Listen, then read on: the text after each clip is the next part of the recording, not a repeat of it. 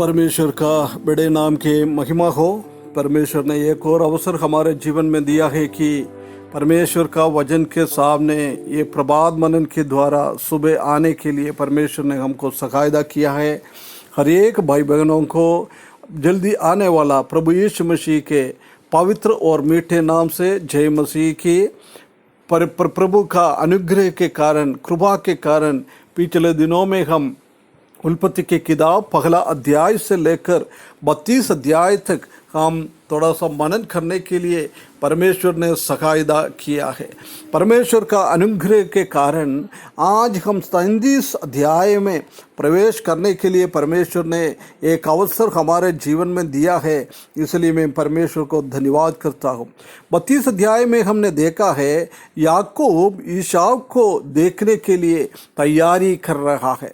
उसी के लिए बहुत सारा काम उसने किया है, वो हमने ध्यान दिया था। आज हम 33 अध्याय में हम देख सकते हैं कि बहुत साल के बाद एसाव और याकूब दोनों एक साथ मिल रहा है। कई साल हो गया है। एसाव के सामने से बखर चले गया था याकूब।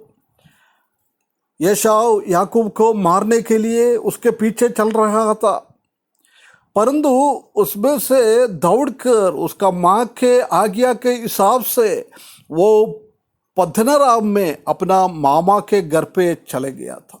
परमेश्वर का आज्ञा के हिसाब से अभी वो वापस आ रहा है।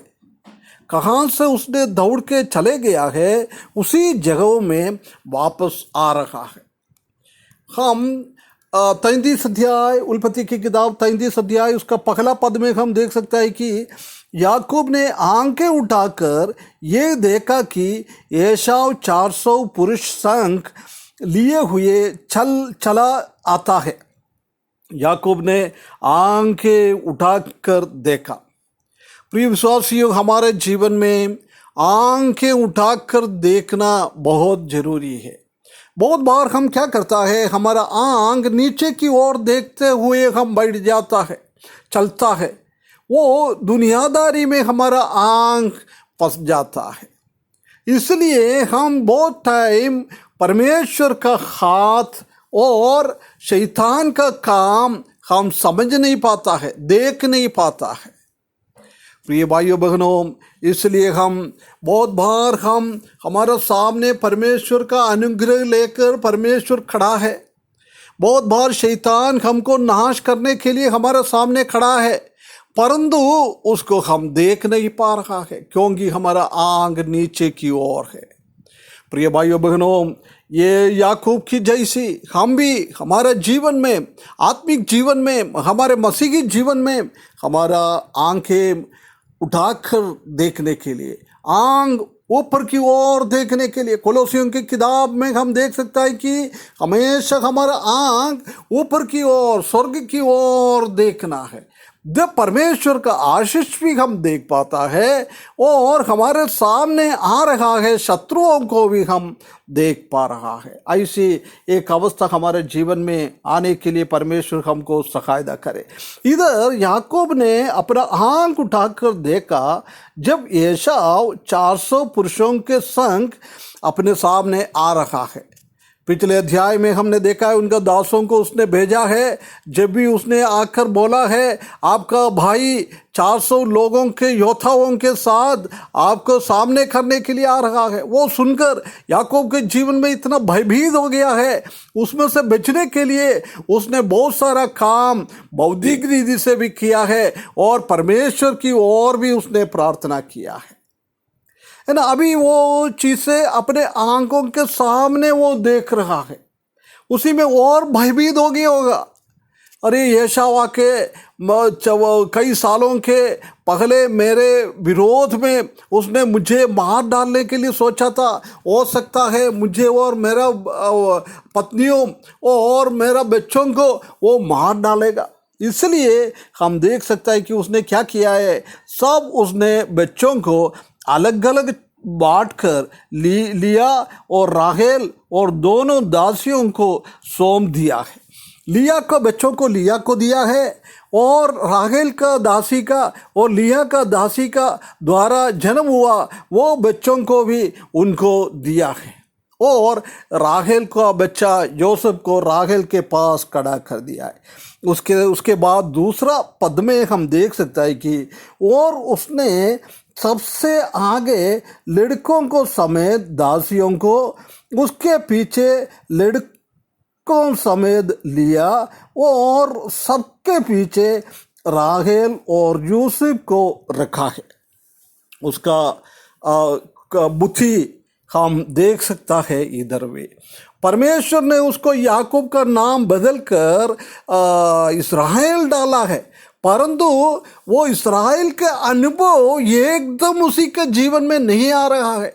अभी भी वो याकूब का अनुभव उसके जीवन में है। प्रिय विश्वासियों, हम उद्धार तो पाता है, परंतु एकदम हम परमेश्वर के जैसे इतना पवित्र हम रह नहीं सकता है। हमारे खून के अंदर पाप भरा हुआ है। इसलिए हमारे जीवन में भी बहुत बार ऐसी समस्या हमारे जीवन में भी आता है। इधर हम देख सकता है कि उसने क्या किया है। पहले दासियों को और उसको बच्चों को आगे भेजा है, उसके बाद लिया को उसके बच्चों को भेजा है, सबसे आखिरी में यूसुफ और राहेल को उसने अपने पास रखा है। हम देख सकता है कि ये सब बच्चा याकूब की खून से निकला हुआ है।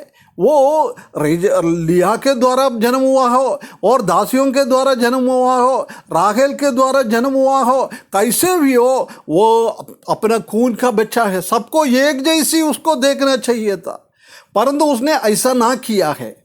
उसने भी उसी को अलग अलग तरीके से अपने बच्चों को देखा है।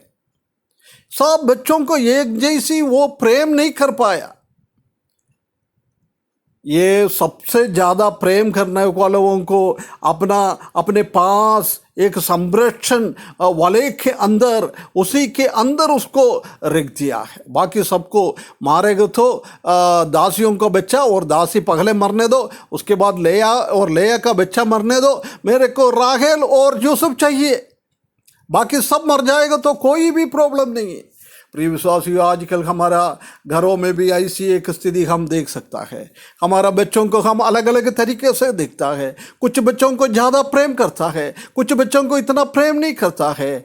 इसी के द्वारा एक दूसरों के सामने हम एक दूसरे से कंपेयर करता है, दूसरे का कमजोरी दूसरों से कंपेयर करके बताता है। वो उनका हृदयों में एक चोट पहुंच जाता है। उसी के द्वारा हमारा बहुत सारा घर का बच्चे लोग का हालत खराब हो जाता है, घर का माहौल खराब हो जाता है।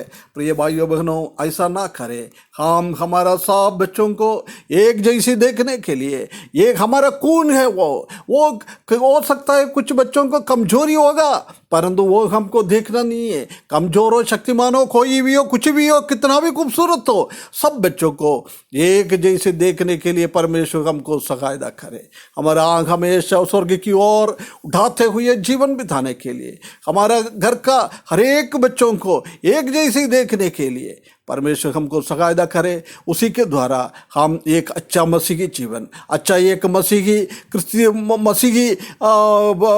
फैमिली लाइफ हम आगे बढ़ा सकता है। ऐसा करने के लिए परमेश्वर इस वचन के द्वारा हमको सहायता करे। उसके बड़े नाम की महिमा हो।